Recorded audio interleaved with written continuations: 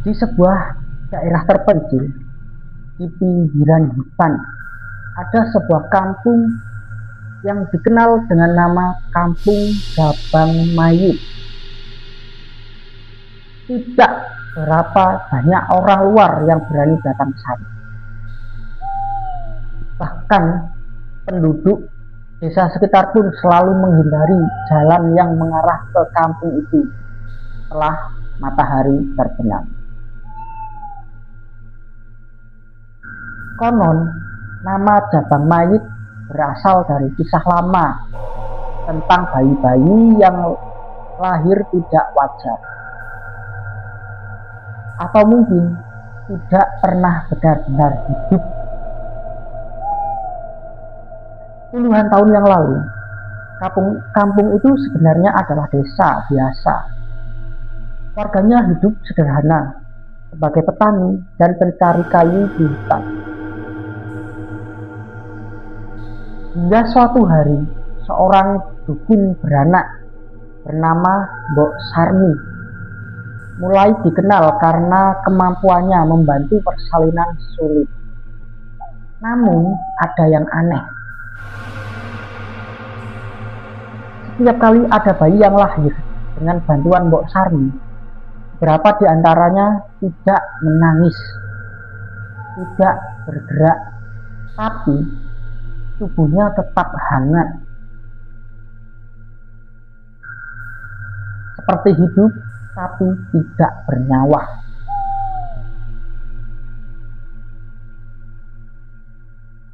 Bayi-bayi itu kemudian dikuburkan secara diam-diam di belakang rumah sang dukun. Awalnya 1, lalu tambah 2. Seiring berjalannya waktu, terus bertambah dan terus hingga puluhan. Seiring waktu, warga mulai merasakan sesuatu yang tidak beres. Pada malam hari, sering terdengar suara tangisan bayi dari arah kuburan kecil di belakang rumah Mbok Sarmi.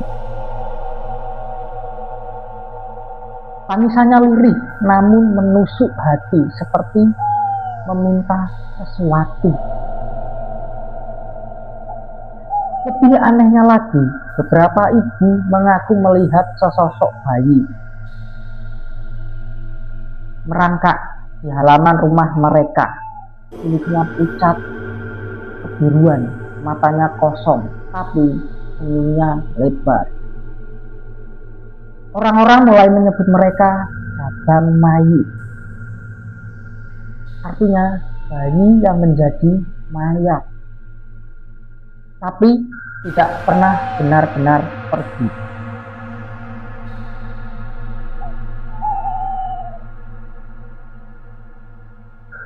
Suatu malam, seorang pemuda desa bernama Raka nekat mengintip aktivitas Mbok Sarmi. Dari celah dinding rumah, ia melihat sesuatu yang membuat tubuhnya gemetar. Mbok Sarmi ternyata melakukan ritual. Ia menggambar lingkaran dengan darah.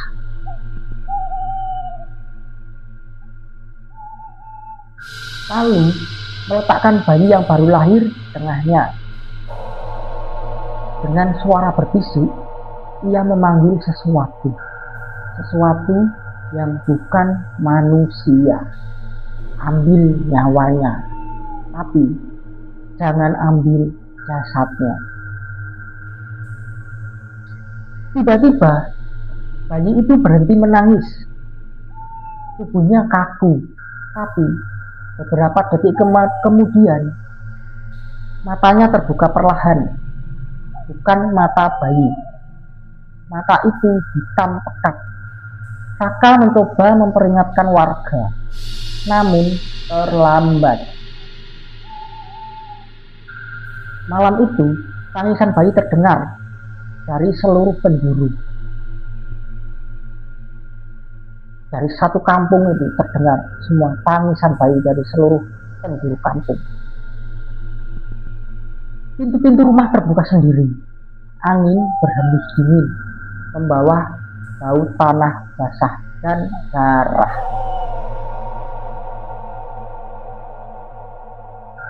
Satu persatu warga melihat anak mereka berdiri di depan pintu rumah.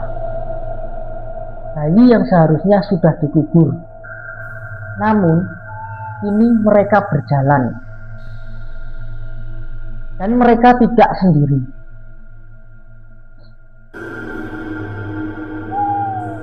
Di belakang mereka muncul sesosok kecil lain, merangkak cepat, memanjat dinding,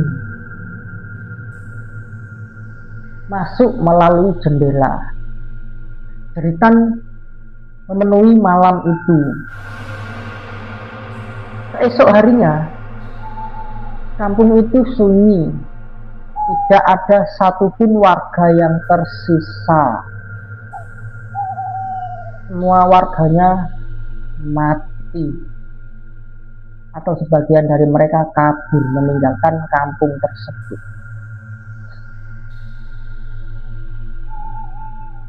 Sejak saat itu, kampung Jabang Mayit tinggalkan. Rumah-rumah dibiarkan lapuk, halaman dipenuhi ilalang, dan kuburan kecil di belakang rumah Mbok Sarmi menjadi pusat teror. Orang-orang yang sering nekat masuk ke sana, mereka mengalami hal-hal aneh. Mereka mengalami teror. Ada yang mendengar suara bayi menangis di telinga mereka, meski mereka sendirian. Melihat jejak tangan kecil mengikuti mereka. Dan yang paling menyeramkan, mendengar suara memanggil dengan lirih, "Ibu, pulang." Beberapa orang bahkan hilang tanpa jejak. Hingga sekarang, kampung Jabang Mayit masih ada. Kadang, pada malam tertentu, warga desa sekitar melihat cahaya redup dari dalam kampung itu. Seperti masih ada kehidupan yang berjalan.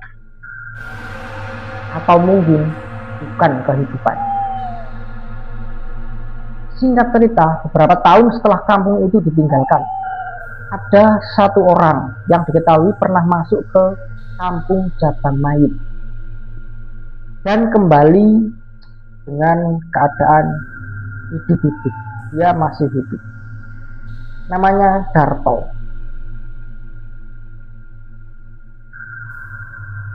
Ia seorang pencari kayu yang tersesat hingga masuk ke dalam wilayah terlarang itu tanpa sadar. Ketika ditemukan oleh warga desa tetangga, kondisinya lemah, pucat, dan tidak banyak bicara. Awalnya semua tampak biasa, namun sejak malam pertama ia kembali, istrinya mulai mendengar sesuatu. Tangisan bayi pelan di dalam rumah. Padahal mereka tidak memiliki anak. Kejanggalan pun muncul. Darto berubah. Ia sering bangun tengah malam, berjalan ke dapur, lalu duduk di lantai seperti sedang menggendong sesuatu. Bibirnya bergerak pelan, seolah sedang menenangkan bayi. Dia berdiri, seperti menggendong bayi dan sedang menenangkan bayi agar tidak rewel atau segera tidur. Padahal dia tidak menggendong apapun. Itu hanyalah halusinasi. Ya, jangan menangis. Tapi tidak ada apapun di tangannya. Tangan itu kosong. Dia tidak menggendong apapun. Suatu malam, istrinya memberanikan diri untuk mendekat. Dan saat itu ia melihat Tangan Darto seperti sedang membelai sesuatu yang tidak terlihat. Namun, bekas cekungan di kain sarungnya jelas, seperti ada tubuh kecil di sana. Lalu terdengar suara tangisan bayi. Ini tepat di depan wajahnya. Hari demi hari, suara itu sering terdengar, makin sering terdengar. Bukan hanya oleh istrinya, tapi juga oleh tetangga. Beberapa orang mulai melihat sosok kecil merangkak keluar dari rumah Darto saat malam tiba, lalu menghilang di kegelapan. Puncaknya terjadi saat seorang tetangga nekat mengintip lewat jendela. Ia melihat Darto duduk di lantai, dikelilingi bayang-bayang bayi kecil. Bukan hanya satu, tapi banyak sekali. Mereka bergerak cepat, merangkak, mengelilinginya. Kepala mereka menoleh tak wajar. Mata mereka kosong. Jadi, bayi-bayi itu merangkak sambil menoleh ke belakang lebih dari 180 derajat. Jadi menoleh sampai melihat ke belakang.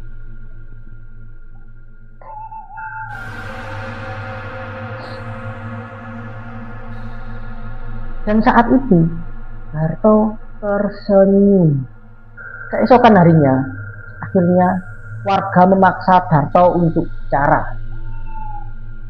Dengan suara lemah, akhirnya ia mengaku. Saat tersesat di kampung itu, ia mendengar tangisan bayi. Ia mengikuti suara itu hingga ke sebuah rumah tua, yang tidak lain adalah rumah Mbok Sarmi, seorang dukun beranak yang tersesat. Di sana, ia melihat tanah kuburan yang bergerak. Dari dalam tanah, tangan-tangan kecil keluar. Tangan-tangan kecil menyerbu ke atas kuburan, dari kuburan di dekat rumah. Mencengkeram tanah, berusaha untuk naik. Ia panik, tapi satu dari mereka berhasil keluar sepenuhnya dan menatapnya. Bayi itu tersenyum, lalu ia berkata, "Ibu mana?" Sejak saat itu, Darto merasa diikuti, bukan cuma satu. Katanya gemetar. Mereka semua ikut. Mereka mau pulang. Mereka mencari ibu. Singkat waktu, malam pun tiba. Malam itu, warga sepakat untuk mengusir sesuatu yang menempel pada Darto. Seorang kiai dipanggil untuk melakukan ritual. Awalnya semua berjalan lancar, hingga tiba-tiba Darto menjerit. Tubuhnya melengkung tidak wajar. Jadi tiba-tiba tubuhnya itu bisa melengkung seperti patah.